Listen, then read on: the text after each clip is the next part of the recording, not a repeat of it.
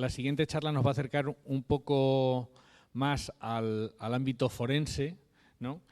Y para ello tenemos con nosotros a Javier Soria, que es consultor de seguridad y responsable técnico del Laboratorio Avanzado de Análisis Informático Forense de Unisys. Además, también pertenece a la Asociación Nacional de Peritos Judiciales Informáticos y también es responsable del Laboratorio Forense Tecnológico de esa asociación.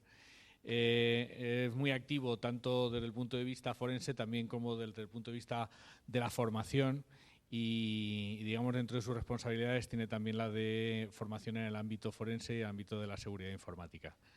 Ya digo, damos un paso más, ahora más cercano a la tecnología y en el ámbito estrictamente forense, que de nuevo esperemos que complemente todo lo que estamos viendo estos días.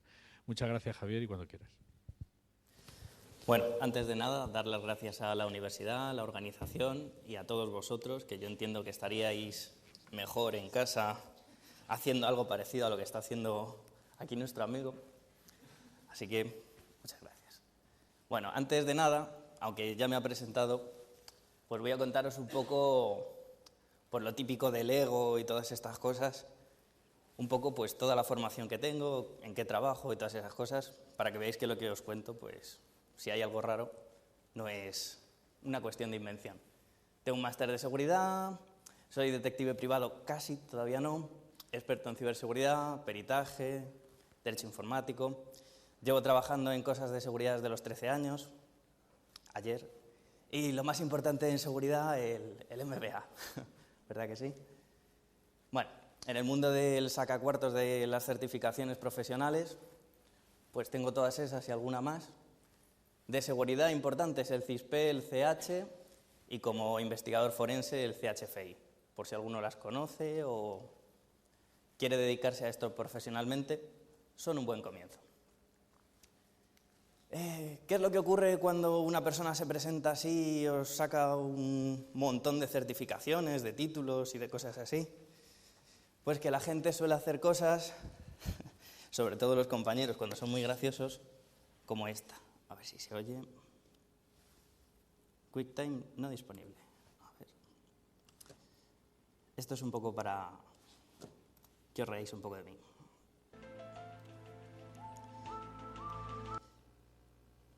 Normalmente salimos en la tele o en la radio contando cosas de seguridad o experiencias forenses o cosas similares. Entonces salí un día en un programa de la 2 que se llama Aquí hay trabajo, pues contando un poco cuestiones de seguridad, tecnología forense, y cuando llegué a la oficina, pues un compañero me había hecho este vídeo.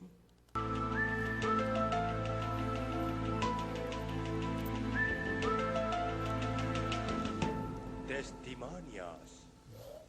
Ay, Bill Gates.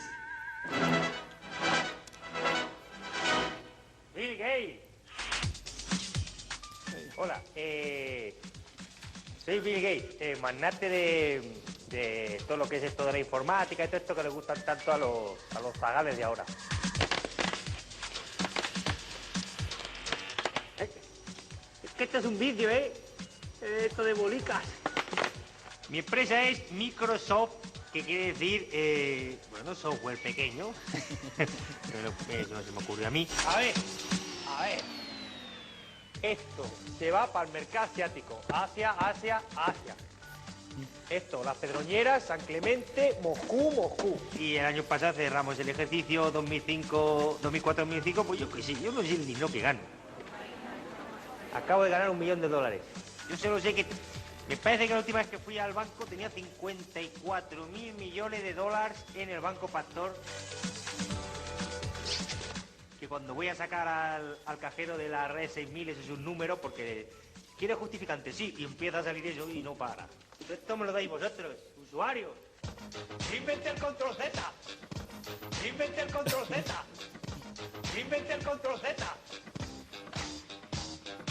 Windows. Yo en la informática lo doy todo. Yo inventé el doble clic, yo inventé el Finder, yo inventé el cursor, el fondo de pantalla, yo inventé el scroll y el sistema Windows. Bueno, pues eso es lo que suele pasar cuando te expones a las cuestiones públicas.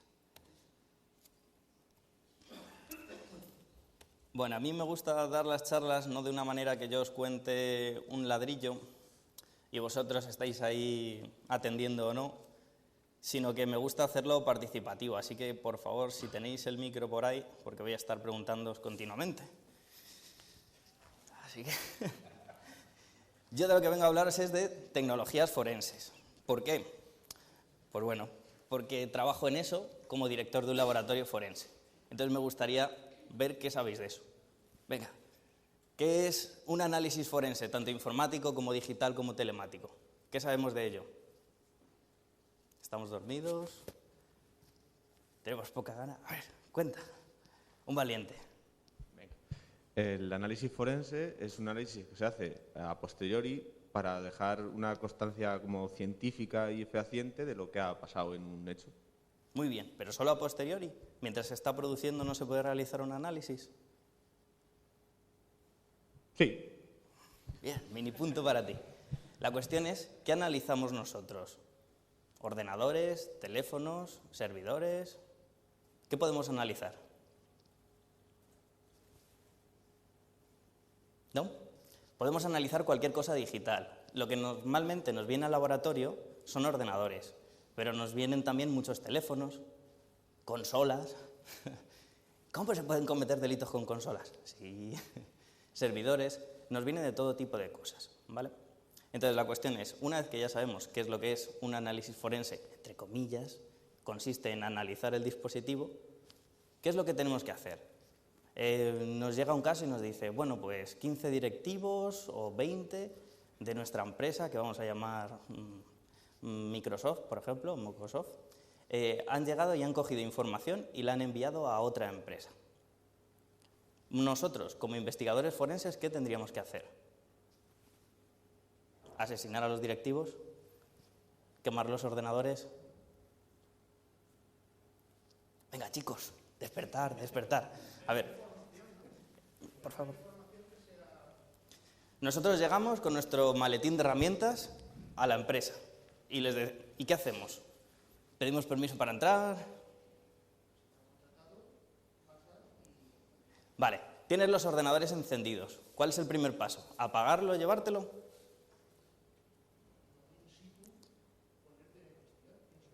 Lo primero que hay que hacer ante un incidente informático, telemático, digital, como lo quieras llamar, es alguien que dé fe de lo que tú vas a hacer, para que le dé validez legal. ¿Y eso cómo se hace? Con un fedatario público, que normalmente los llamamos notarios. Te llevas de la mano a un vendedor de fe y que apunte todo lo que tú haces. El hombre llegó, cogió el disco duro, para tener validez legal. Si no, no vale nada de lo que tú hagas. Tenerlo en cuenta. Si alguien quiere meterse en el campo de la informática forense, cada vez que no vas con un juez, o sea, con un notario, lo que tú hagas te lo van a tirar abajo. ¿Por qué? ¿Qué es lo que nos da el notario? Tuvisteis ayer las clases de leyes, ¿eh? Dormidas. Tenemos que asegurar la cadena de custodia. ¿Qué es la cadena de custodia? Dios mío, dormidos todos. La cadena de custodia es un ente... ¿Querías decir algo? Es un ente que dice por dónde ha pasado la prueba. Imaginaos que yo voy con el notario se queda siempre el original, tú te llevas una copia. ¿Está bien dicho copia? No, no es una copia, es una clonación. ¿Cuál es la diferencia entre una copia y una clonación? Una copia puedes modificar los datos, los estás alterando. En una clonación es la generación de un original exactamente bit a bit. ¿De acuerdo? Primer dato importante, notario. Segundo dato importante, cadena de custodia. Tercer dato importante, clonación del sistema, sea lo que sea, NTFS, FAT32, ¿eso qué es? Bueno, esperad, informáticos, abogados o similar.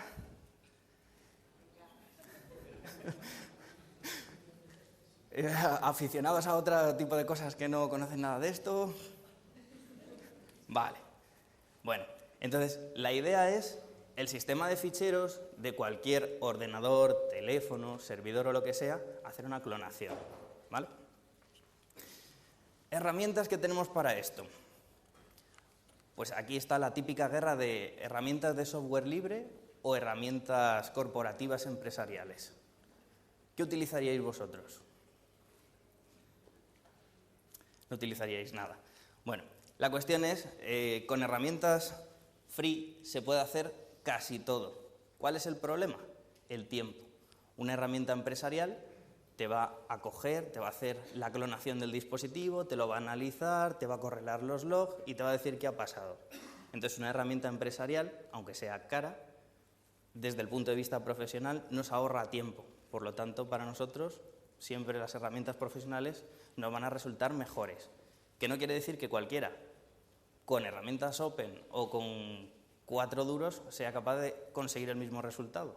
Lo que pasa es que las herramientas empresariales te ahorran mucho tiempo. Bueno, lo primero hemos identificado el incidente. Los directivos han enviado información a otro sitio. Hemos ido con el notario a la empresa y ¿ahora qué hacemos? Los ordenadores están encendidos. ¿Los apagamos?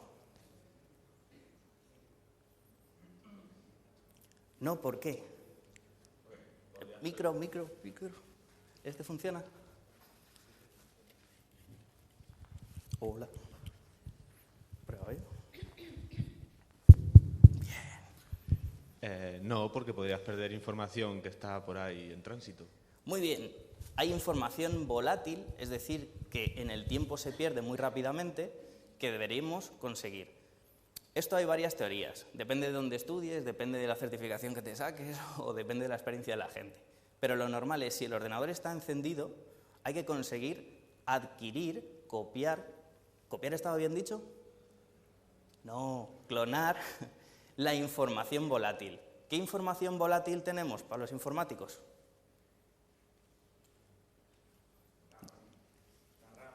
La memoria RAM, información almacenada en la memoria RAM. ¿Qué podemos tener en la memoria RAM? Procesos en ejecución, contraseñas cacheadas. Contraseñas, eso suena muy bien. La mayoría de los discos duros de los ordenadores de las empresas van cifrados, con BitLocker o con Lux. Cada vez que arrancas el ordenador tienes que poner la contraseña de cifrado y luego arrancar tu sistema operativo. Si tú llegas a un ordenador y ese ordenador está encendido, la contraseña del BitLocker está en memoria RAM. Entonces, si lo apagas, ¿qué va a ocurrir? Esa contraseña vas a tardar meses, años o a lo mejor ni siquiera eres capaz de descubrirla. Por lo tanto, llegar y apagar los ordenadores, nunca. Intentar adquirir la información de ese ordenador cuando está encendido. ¿Qué más cosas podemos conseguir?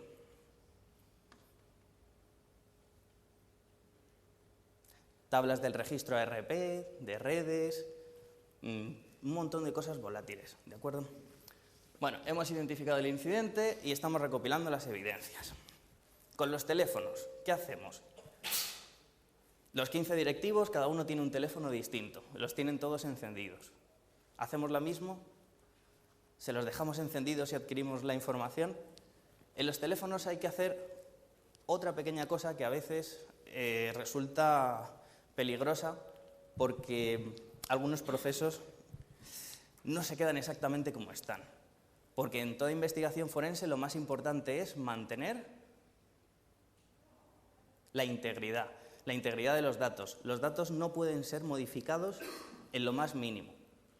Y eso se suele comprobar con funciones hash. Es decir, 2 libros distintos no pueden dar el mismo hash. Por ejemplo, es una función resumen. El Quijote, un resumen del Quijote. No puede ser igual a un resumen de La Regenta o de cualquier otro tipo de libro. Con esas funciones matemáticas comprobamos la integridad de los datos. Bueno, ¿qué es lo que hacemos con los teléfonos? Los teléfonos los tenemos que poner en modo avión. ¿Para qué? Para que no sigan emitiendo datos o recibiendo datos. Para que en el momento que lleguemos se cortó la comunicación. ¿Es cierto que en el modo avión no emiten datos? No, es mentira. Emiten algunas pequeñas tramas de datos, pero bueno, no vamos a entrar en eso. Por lo tanto, lo que nosotros solemos hacer es meterlo en bolsas de Faraday. ¿Qué es una bolsa de Faraday? ¿Hay algún físico, matemático? ¿No? Una malla que lo aísla magnéticamente. No tiene por qué ser una malla. Es cualquier tipo de cerramiento electromagnético que impide que entre o salga cualquier tipo de señal. Como por ejemplo, en vuestra casa todos tenéis uno. El microondas, muy bien. Aunque no esté muy bien, pero eso es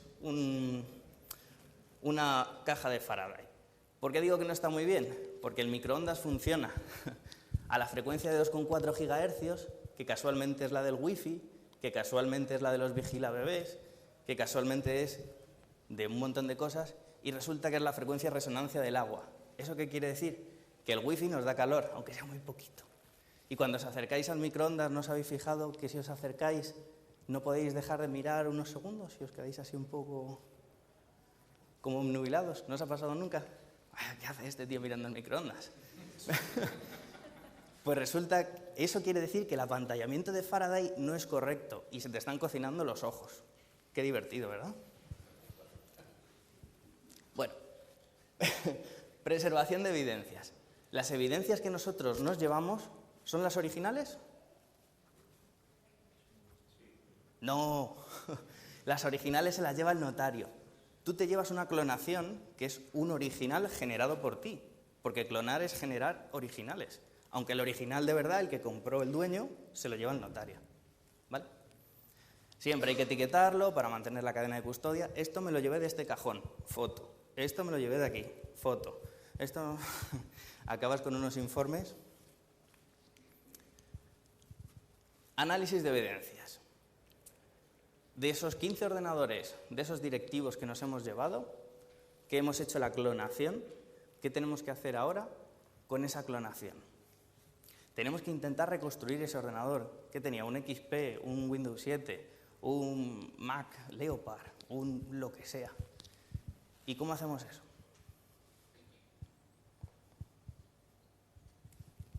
¿Benchmark? ¿Para qué queremos medir? Me refiero con máquinas virtuales, no... Esa es una buena opción. Normalmente se levantan máquinas virtuales con la clonación que hemos realizado. Software para máquinas virtuales para los no informáticos, VMware, VirtualBox, QEMU, ¿os suena alguna?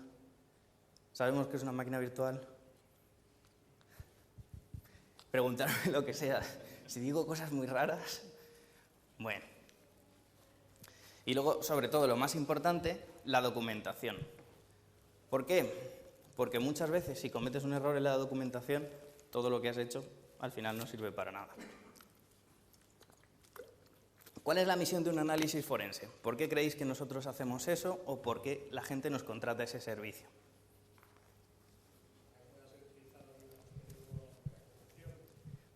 No te oigo ahora. Para que pueda ser utilizado en una posterior reclamación de daños o inicio de un procedimiento judicial. Por ejemplo, ese suele ser el caso más típico. Normalmente a la semana tenemos 3 o 4 de divorcio. Es que me ha insultado por el WhatsApp, se ha metido con mi hijo, me ha borrado los vídeos, no sé qué. Cosas de ese tipo. Denuncias, demandas, cuestiones legales que, bueno, en general, pues tienen, no vamos a decir poca importancia, pero que, bueno, que es el día a día, que casi nadie denuncia. ¿Qué más cosas? ¿Por qué pediríais un perito judicial? ¿Qué es un perito? Que no es un perista. Un perito es un experto en cualquier tipo de cosas. Pues un perito forense, un experto en informática forense, ¿de acuerdo? ¿Por qué pedirías un perito en un juicio si ya tienes un abogado? A ver, los abogados por ahí. ¿Los abogados sabéis de informática? ¿Los informáticos sabemos de leyes?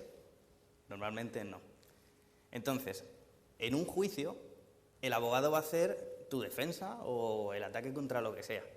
Pero el perito es el que va a dictaminar y que va a conseguir las pruebas. O sea, es decir, el perito coge, analiza el teléfono, emite un dictamen y le dice al abogado: este teléfono ha sido modificado, no lo ha sido utilizado para insultar, ha sido utilizado para cometer este delito, ha sido utilizado para lo que sea.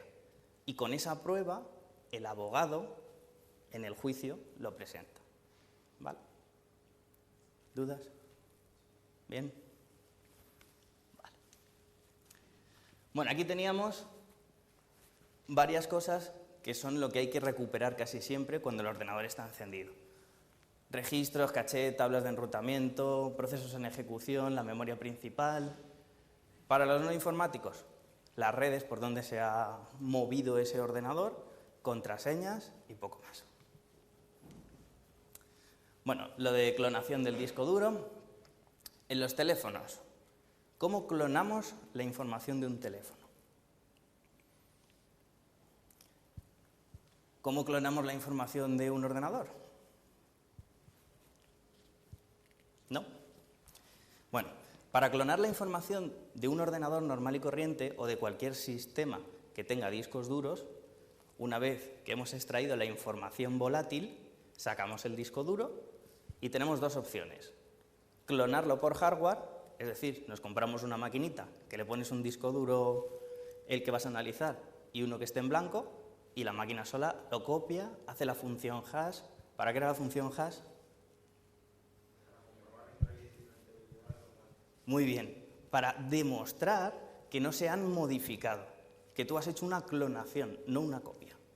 ¿Vale? Has generado un nuevo original.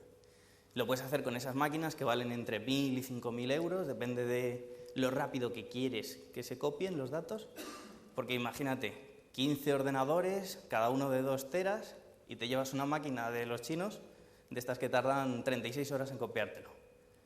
Como tienes que ir con un notario, ¿qué ocurre? El notario no trabaja gratis, son 80 euros hora el más barato, o sea, estamos hablando que mejor gastarte un poco más de dinero en una máquina rápida para luego no estar pagando en cada caso al notario más. Esa es la primera opción y la mejor, una clonadora. Segunda opción, distribuciones Linux de software gratuito, como por ejemplo, ¿informáticos? ¿No? Bueno, Kali es para atacar más que para hacer forense, pero gracias por participar. Bueno, aquí tenemos algunos tipos de clonadoras físicas. ¿Me oís bien? Que me oigo con eco a veces. Conectamos el disco duro en un lado y en el otro. Tenemos para todos los tipos de conexiones. SATA, SATA 3, IDE... Dispara.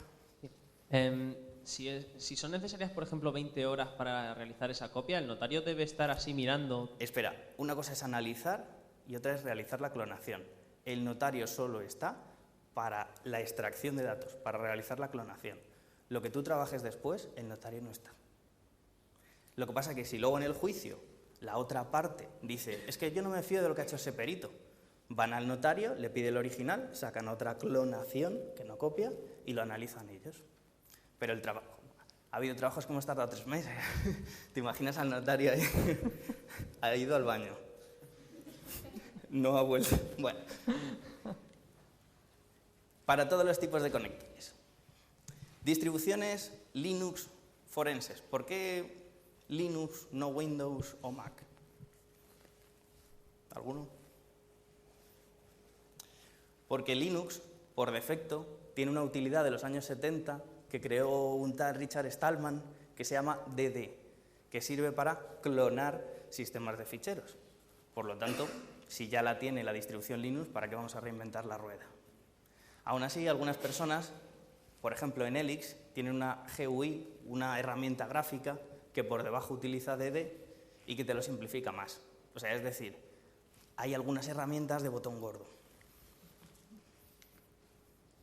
Bueno, esto para los informáticos, NTFS es un sistema de ficheros que utiliza Windows, que es propietario.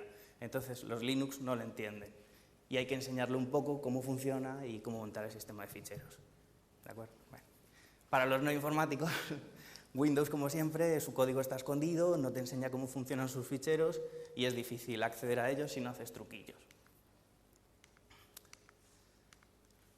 Para adelante, no para atrás. Bueno, hemos entendido entonces el proceso de análisis forense. A ver, paso 1. ¿Qué necesitamos? Un notario. Paso 2. Clonar la información, muy bien. Paso 3. Y antes de analizar, foto, pegatina, foto, ¿vale? Analizar y por último, el informe, documentar todo lo que hemos hecho. Y luego al final, pues a veces te llaman al juicio, a veces no. A ver, nos hemos quedado en lo de los teléfonos. ¿Cómo extraemos la información de un teléfono? Ya hemos visto con Linux o con una clonadora para un ordenador, para cualquier tipo de disco duro. Las consolas ahora tienen disco duro, por lo tanto las consolas entran en ese tipo de cosas. Los servidores tienen a veces otro tipo de discos un poco más diferentes, tienen una NAS, un SAI, es decir, muchos discos formando un volumen grande y es más complicado, pero al final es con lo mismo. Y en un teléfono. En un teléfono tenemos 3 métodos de extracción, no solo el que os he dicho de clonación bit a bit. Tenemos una clonación física, es decir, normalmente apagamos el teléfono y extraemos todo lo que hay en la memoria. ¿Qué otro tipo de extracción hay aparte de la física? Tenemos lógica y del sistema de ficheros. Esas dos, normalmente el teléfono está encendido, ¿de acuerdo? ¿Qué es lo que ocurre con las extracciones lógicas y del sistema de ficheros? Que no son tan fiables, porque si el teléfono está apagado, no modificas nada, solo extraes, clonas. Pero cuando el teléfono está encendido, ¿qué puede pasar? Si tiene algún malware, puede interactuar. En una extracción lógica, lo que tú utilizas normalmente son comandos AT para hablarle al teléfono. Es decir, tú le dices al teléfono, teléfono, dame tus ficheros. Y el teléfono te puede hacer caso o te puede dar lo que le dé la gana, ¿de acuerdo? Entonces, en una extracción lógica te puede engañar el teléfono si tiene algún malware. Y en la extracción del sistema de ficheros, diréis, joder, la extracción del sistema de ficheros de todo lo que hay, pues podría ser buena. No, porque los teléfonos tienen varias particiones. Vuestro iPhone, vuestro lo que sea, tiene varios usuarios. Un usuario sin privilegios y un usuario root, un usuario Dios o administrador o como lo queráis llamar. Entonces, si extraéis el sistema de ficheros, lo extraéis de la partición activa, es decir, del usuario que no tiene privilegios. Si alguien ha escondido algo en el otro usuario, ¿qué ocurre?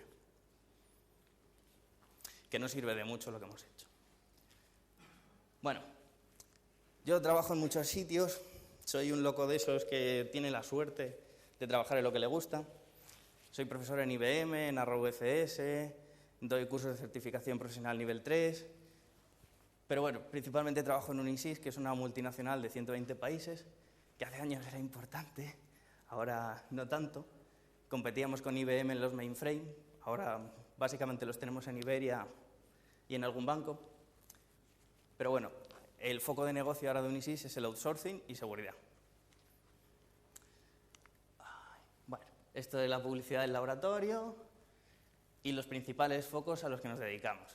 Identificación de malware, no de tipo antivirus. Todos sabemos que los antivirus funcionan muy bien, ¿verdad?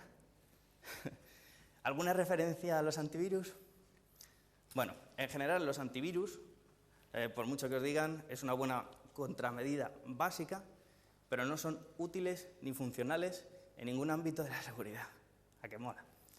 ¿Por qué? Porque normalmente funcionan con patrones de firmas, es decir, virus conocidos. Programaros cualquier cosa. ¿Ya está? ¿Para qué quiero un antivirus? No me sirve. Cuando yo os hablo de identificación de malware, nosotros lo que hacemos es, cogemos el supuesto malware, en teoría todos los archivos, y los metemos en cientos de máquinas virtuales a ver qué hace. Llevamos haciendo esto casi 10 años y ahora ha salido una tecnología que se llama FireEye, como el ojo de Sauron, el ojo de fuego, que utiliza algo parecido pero solo en máquinas de Microsoft. Cada archivo levanta 127 máquinas virtuales y comprueban su comportamiento y qué modifica. Para mí eso es mucho mejor que no comprobar si tiene un virus que es conocido. Si no es conocido, ¿qué? Creo yo un script que borra el disco duro, es peor que cualquier virus. Bueno, respuesta ante incidentes. ¿Esto qué es? Lo típico de nos están robando datos, no sabemos qué pasa, qué es lo que hacemos, vamos corriendo a la empresa, los teléfonos en modo avión, desconecta las redes, ese tipo de cosas. Y después, una vez que hemos puesto en cuarentena ese tipo de red o sitio, lo empezamos a analizar. Recuperación de datos. ¿Eso qué es? Cuando vosotros borráis un archivo en el teléfono, en la consola o en el ordenador, ¿se borra del todo? ¿Se borra acaso? No, ¿por qué? No. Bueno. No, en principio no. Cuando borramos un archivo normal y corriente, ¿qué es lo que ocurre? Se borra el directorio, la dirección del directorio del disco duro. Casi. Si no me equivoco, lo que hace es que... Espera. Si no me equivoco, lo que hace es simplemente decir que en donde estaba puede escribir algo más. Es decir, puede sobreescribirlo. Por lo tanto, sigue estando. Eso es cuando formateas, que eso está muy bien. Pero cuando borras, lo único que haces es te cargas el inodo. ¿Qué es un inodo? Un puntero, una flecha. Imagínate, estás en Madrid, ¿cuál sería el inodo para ir a Barcelona? Pues un cartel en medio de la carretera que pone, para Barcelona. ¿Ahí está Barcelona? No, es el puntero, lo que te dice cómo llegar allí. Cuando formateas, ¿qué pasa? Lo que estabas tú diciendo. Marcas esos sectores como disponibles para sobreescribir. Es decir, que aunque borres o formatees, la información está ahí. Dime. Yo quería hacer una pregunta. ¿También pasa en ahora los dispositivos de almacenamiento flash? Eso es más complicado, no es exactamente así, pero los dispositivos flash son como si fuera un array de un montón de memorias. Podemos extraer la información borrada y formateada, aunque en teoría dicen que no. ¿Vale? Pero sí se puede. Y es porque la controladora, para los no informáticos, la controladora de un disco duro o de una memoria flash es tu madre, que dice, ahí va el cuadro, ahí va el sofá, ahí va. Pues la controladora de un disco duro, aunque tengas un sistema de ficheros diferente, es la que coloca, y en concreto en un array, los distintos sectores. Entonces, si no tienes la controladora, estás vendido, pero si la tienes, puedes sacar la información. Sobre recuperación de datos. Bueno, ya hemos visto que borrando y formateando la información sigue ahí, pero hay mecanismos de borrado seguro, o eso dicen, que son borrados de sobreescritura o de bajo nivel. Es decir, donde había un archivo, donde hay bits, pues como si yo tengo una plantación de patatas, las voy pisando y vuelvo a plantar otra cosa. Eso en teoría dicen que es seguro, pero los ministerios de inteligencia, el DoD, el MI6 británico, en España, el CNI, pero es mentira. ¿Por qué es mentira? Pensar que en el espacio de un bit hay, ¿cuánto eran? 2 a la 128 posiciones y que cada posición afecta 2 a la 3. Bueno, si nos quitamos de eso, tenemos un campo de fútbol que cada bit es un coche. ¿Por qué? ¿Por qué tenemos ese posible hueco? Por la imprecisión de la aguja, ¿vale? Entonces, si yo, un solo bit, un 0 y un 1, ponte que tengo 50 posibles posiciones, ¿cuántos coches cogen en un campo de fútbol? Entonces, aunque yo intente sobreescribir, ¿le voy a dar siempre al bit? No. Suelen decir que con 5 sobreescrituras, 6 y 7 ya te vale. La realidad es que ni con 35 estás a salvo. Cuéntame. Hay un algoritmo que se llama algoritmo de Guntman que hace 35 sobreescrituras. Dime. ¿Las clonadoras entonces hacen un clonado analógico o digital? Porque si yo copio el bit oficial, digamos, que es el último que se escribió, no me estoy llevando toda la información. Te copia todo. Las clonadoras físicas te llevas el bit oficial y los residuos. Entonces, cuando tú analizas si han borrado, si han formateado, si han hecho algo, te llevas todo. Que eso es lo bueno. Sin embargo, si haces una clonación con DD, copias solo lo lógico. Entonces ahí es una particularidad bastante grande para comprarte una clonadora física. Bueno, después de habernos traído varios discos duros, Policía, Guardia Civil, de 35 pasadas sobre escrituras, hemos conseguido sacar información. No con herramientas normales, sino hemos tenido que usar microscopios de barrido electrónico. ¿Eso qué es?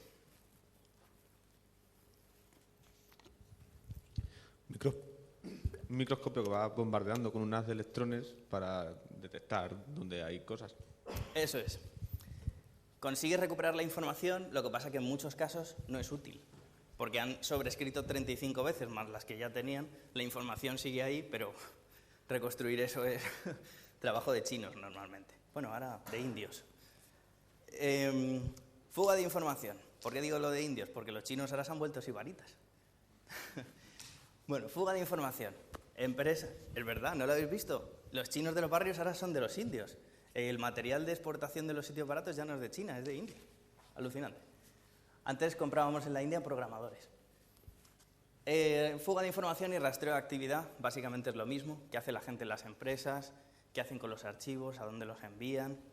Hay un mogollón de software, aunque la gente y las empresas no lo utilicen, para saber qué hace cada persona sin vulnerar las leyes. Como, por ejemplo, qué ley podríamos vulnerar con un sniffer. ¿Qué es un sniffer? ¿Informáticos? Un sniffer es un software o un hardware, con un software, que se mete en la red y que todo el tráfico de red lo va escuchando y lo va almacenando. Con eso podríamos incurrir en múltiples delitos.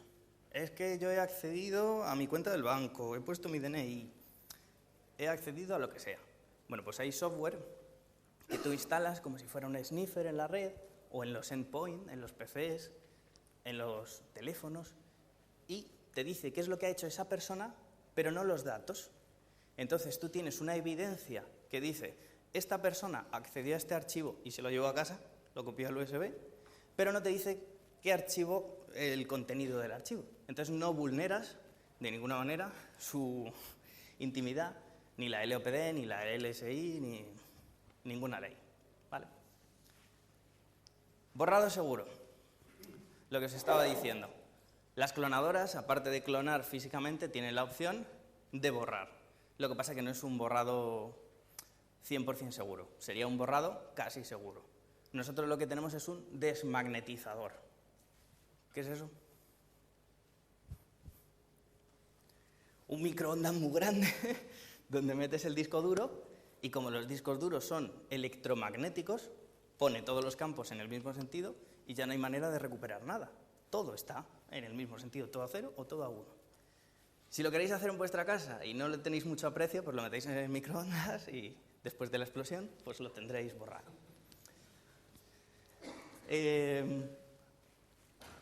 Análisis de teléfonos, tablets, GPS. Lo de los GPS se me ha olvidado antes. Los GPS también tienen su chip de memoria y almacenan todo el registro de actualizaciones y todos los sitios por los que habéis ido. Entonces es bastante útil sacar la información de un GPS. También lo hacemos de los coches. Es divertido. Y bueno, formación en seguridad forense de todo tipo. ¿Dudas? ¿Preguntas? Bueno, esto es más de lo mismo. También hacemos contraespionaje, tasación y valoración de elementos informáticos, algo que es tremendamente divertido, ¿verdad? Sobre todo en informática. Según te lo compras, es como decían antiguamente nuestros padres, cuando compras el coche sale de donde lo has comprado y ya pierde la mitad de su precio, pues en informática todavía peor. Auditorías de seguridad corporativa. ¿Qué es eso de auditoría? ¿Informáticos? O no informáticos, auditoría puede ser en cualquier ámbito. ¿Analizáis su seguridad? Bueno, una auditoría, más que analizar su seguridad, que podría ser, cuando tú intentas vulnerar la seguridad de una empresa y te contratan por ello, que si no es un delito, se suele llamar hacking ético o test de penetración. Compruebas la seguridad de la empresa. Sin embargo, una auditoría, ¿qué es? Tú dices que tienes estos procesos, tú dices que tienes estos procedimientos, vamos a comprobarlo. La ley dice que tienes que tener estos procesos, que tienes que tener estos procedimientos, vamos a comprobarlo. Se elabora el dictamen y se dice, ¡pum! Según la auditoría de seguridad, según la auditoría de LOPD, según la auditoría de comprobar, ¿vale? Bueno, lo de la cadena de custodia, pues algunos elementos del laboratorio, el cual, para los que sepáis un poco militar, tiene HPS hasta reservado, es decir, este búnker, cuando trabajamos con los militares, nos dan información hasta reservado, que es el equivalente a secreto. Hay una equivalencia entre la OTAN y España. Y bueno, pues los muros son de un pie, tienen malla metálica, hay RFID, cámaras continuas, la caja de seguridad nivel 6, que quiere decir que ni 5 o 10 rumanos ahí con martillos son capaces de romperlo. Tiene detector sísmico, que es eso blanquito que veis ahí. Bueno, un poco, pues una tontería. 150.000 euros en un búnker, pues no está mal. Sobre software y hardware, tenemos lo mejor de lo mejor. Cada vez que sale algo nuevo lo compran. Yo creo que es en el único departamento que podemos hacer eso. Los demás no se dejan. Eso que está ahí lo he traído porque no es lo mismo contarlo que verlo. Y es la UFED Celebrity, que ahora cuando acabe esto, el que quiera que se venga a verlo, que es la maquinita que sirve para analizar los teléfonos, con la que extraemos los datos, nos saca las contraseñas y todo tipo de cosas. Bueno, irlo pasando. No me la rompáis, eso vale como un coche. Bueno, ¿qué es lo que tiene la máquina esta? Todos los conectores de todos los tipos de teléfonos que existen. Y cuando hay un teléfono chino en el cual no tenemos conector, ¿qué utilizamos? ¿Informáticos? ¿No? 2 cables conectados directamente a la ROM y se suele llamar JTAG. Extraer la información directamente del chip. Pero bueno, es más cómodo extraerlo directamente del conector. ¿Cómo funciona esta máquina? En un lado conectas con un cable el teléfono, en el otro conectas un USB, un disco duro grande, extrae toda la información, entre 2-3 horas, dependiendo del teléfono. Esa información que has extraído la metes en el ordenador, que tiene un programa, y ese programa te saca el PIN, te saca todo, lo que has borrado, lo que no, por dónde has pasado, a quién le has enviado mensajes. Yo, cuando lo compré y hice la prueba, mi teléfono tenía 20 mensajes y me aparecían 2000 y pico. Y digo, ¿cuándo? ¿Cuándo ha sido esto? Todo, da igual, lo hayas borrado, que no. Pero es que si lo has sobrescrito, muchas veces ha salido, aunque no debería. Pero bueno. Bueno, eso, un montón de discos duros. Eso amarillo y negro que están ahí son las clonadoras físicas. Otro ejemplo, aparte de los que habéis visto. Más ejemplos, PDAs y teléfonos antiguos también analizamos. ¿Qué podríamos sacar de un teléfono antiguo? Un Nokia 3210. Llamadas, mensajes y ya. No tenían más opción nada más. Bueno, luego tenemos software de recuperación, ante archivos borrados, correlación de eventos. Hay un par de software muy chulos que tenemos que analizas 10 o 12 teléfonos, sacas la información de todos, porque a veces la gente dice, no, yo no conozco a este, ha robado el otro. Correla la información y dice, esta persona habló con este tal día, es amigo de este. Hacen una especie de minería de datos y correlan toda la información. Sobre todo para casos grandes, donde hay 50, 100 personas y cada persona del equipo se divide el trabajo, al final no ves todo el trabajo en conjunto, ves solo tu parcela. Y con esta herramienta pues lo ves todo. Bueno, de todo tipo de cosas que os imagináis. ¿Mi equipo cuántas personas son? En principio son 5.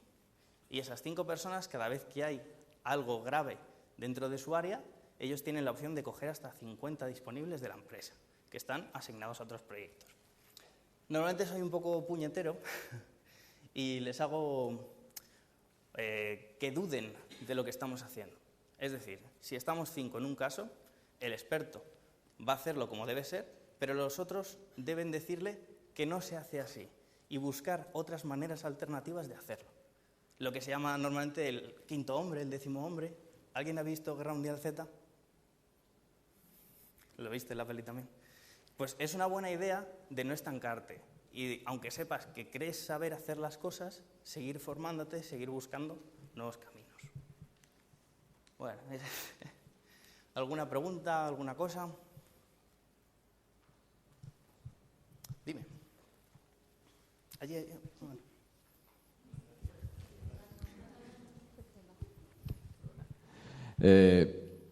Si utilizamos el sistema de toda la vida de prenderle fuego... ¿Qué? No te he oído, perdón, repite, por favor. ¿El sistema antiguo lo echamos a una hoguera y aún así sacaremos datos o no? Sí, la verdad que sí. Tú piénsalo, es electromagnético. El fuego, en principio, a no ser que pase de un determinado porcentaje de grados, va a dar igual. La evidencia sigue ahí. Algunos me dicen, pero ¿y si lo corto en pedazos? Pues los pedazos tienen que ser más pequeños de 1 milímetro porque se podrían reconstruir los campos magnéticos. Entonces, al final, un desmagnetizador o una trituradora de estas milimétrica, si no, toda la información se puede volver a sacar. Lo del microondas, pero en la casa de tu amigo. El análisis con el microscopio electrónico es destructivo, ¿no? Repite. El análisis con el microscopio electrónico es un análisis destructivo, ¿no? Bueno, depende del tipo de barrido electrónico. Normalmente sí, porque cambias el spin del electrón, es decir, cambias la orientación magnética. Pero bueno, una vez que lo has hecho y has generado la clonación, te da igual. De todas maneras, hay sistemas que son los mismos que utilizan los relés de fibra óptica. Según viene la información, la reamplifican para no modificar el spin y se pueden utilizar para eso. Pero sí, normalmente no es muy recomendable. Y son en casos muy extremos, en casos de terrorismo. Si no, eso no lo usamos. Sí, bueno, yo no te voy a hacer una pregunta, Javier, darte las gracias por tu conferencia, pero quería completar algo desde el punto de vista legal que se nos ha olvidado incluir en el curso de verano y que es muy importante. Javier ni los forenses podrían entrar a las empresas ni hacer nada si la empresa no tiene un protocolo TIC. ¿Qué es esto? Claro, sí, sí. Es decir, la empresa debe avisar que todos sus medios TIC, las tablets, los ordenadores, los teléfonos, los que los usen, sus empleados, sus expectativas de intimidad, que esta es la palabra clave, expectativa de intimidad, pues están restringidas. Es decir, ojo chicos, estos medios son de la empresa y lo que hagáis aquí, bajo determinadas condiciones, que la empresa puede poner las suyas, ser más o menos generosa, pueden ser revisados después por los forenses. Si la empresa no tiene eso, por ejemplo, nuestra universidad no lo tiene. Si yo acoso sexualmente por esto a Cristina, Dios no lo quiera, que me vuelva tan loco, pues como vengan aquí los de los forenses y tal, y me revisen los correos electrónicos, están cometiendo un delito contra la intimidad. Es decir, que eso no lo pueden hacer, por mucho que los ordenadores sean de la universidad. Bueno, esto es importante antes, que las empresas los tengan, ¿no? Espera, te puntualizo, sí. Porque hemos tenido muchos casos de ese tipo. Normalmente cuando entras a una empresa, firmas ese documento, casi siempre. Si tu empresa es muy pequeñita, pues no lo tendrá. Pero ese documento de expectativas de uso y de utilización, el Tribunal Supremo ya ha tenido 2 sentencias en las cuales dice, tú vas a una empresa, tu expectativa de privacidad es ninguna, tú vas a trabajar. Entonces, lo que han dicho en estas 2 últimas sentencias es que, aunque no lo firmes, no puedes mirar cosas raras, ni tu correo, ni el banco, porque estás en el trabajo. Son horas de trabajo. En el caso de que lo hicieras en tu hora de descanso, tendrías razón y sería... Pero ahora viene lo que tú dices, la segunda parte, es decir, cómo esto me puede servir como prueba. Aquí, quien se había ocupado de esto hasta ahora era la Sala Cuarta del Tribunal Supremo y algunas sentencias también, algunas sentencias del Tribunal Constitucional. Y digamos que había tenido una jurisprudencia bastante pro-empresa. Es decir, bueno, es verdad, esta lógica de los medios son los medios de producción de la empresa y, por tanto, ahí tú eres un asalariado, tienes que trabajar y ahí no tienes expectativas de intimidad. Pero hace un mes, a finales de julio, ha habido una importante sentencia, ya no de la Sala Cuarta, sino de la Sala Segunda, que es la Sala de lo Penal. Y entonces la Sala de lo Penal ha dicho que, bueno, que en materia laboral, es decir, te pueden despedir. Al juicio laboral, para entendernos, tú puedes ir con tus forenses, con el análisis que has hecho, y eso es prueba válida en el juicio laboral. Pero lo que ha dicho la Sala Segunda del Tribunal Supremo hace muy poco tiempo es que para lo penal no vale. Es decir, que no te pueden... Eso no sirve como evidencia para castigarte por un delito. Que en cualquier caso debe haber una autorización judicial porque ahí se está vulnerando el derecho a la intimidad. A mí no voy a entrar en esto, os informo de cómo está la cuestión. Yo no estoy de acuerdo con esta sentencia, pero es verdad que les quita bastante trabajo a estos señores. Porque desde el punto de vista penal tiene sus problemas, porque si tú imagínate si estás investigando un fraude que ha cometido un directivo como el que tú ponías, claro, después, si entran los forenses y hacen todo esto sin autorización judicial, claro, corren el riesgo que después el juez diga, oye, ya esta prueba es nula, porque se ha obtenido violando derechos fundamentales, la intimidad, etcétera, ¿no? Sí. Entonces ahí estamos en una situación de una cierta incertidumbre legal, porque hay 2 salas del Tribunal Supremo que están manteniendo una jurisprudencia distinta en lo penal y en lo social sobre este punto, ¿no? Así, muy brevemente, ¿no? Porque es importante el perímetro, ¿no?, que rodea el jurídico, que rodea lo tuyo, nada más. No, muchas gracias. Comentarte que normalmente la empresa, cuando alguien comete un delito dentro de la empresa, no es un delito contra los demás, sino es que se lleva información. Entonces, normalmente lo que quieren es a otra empresa.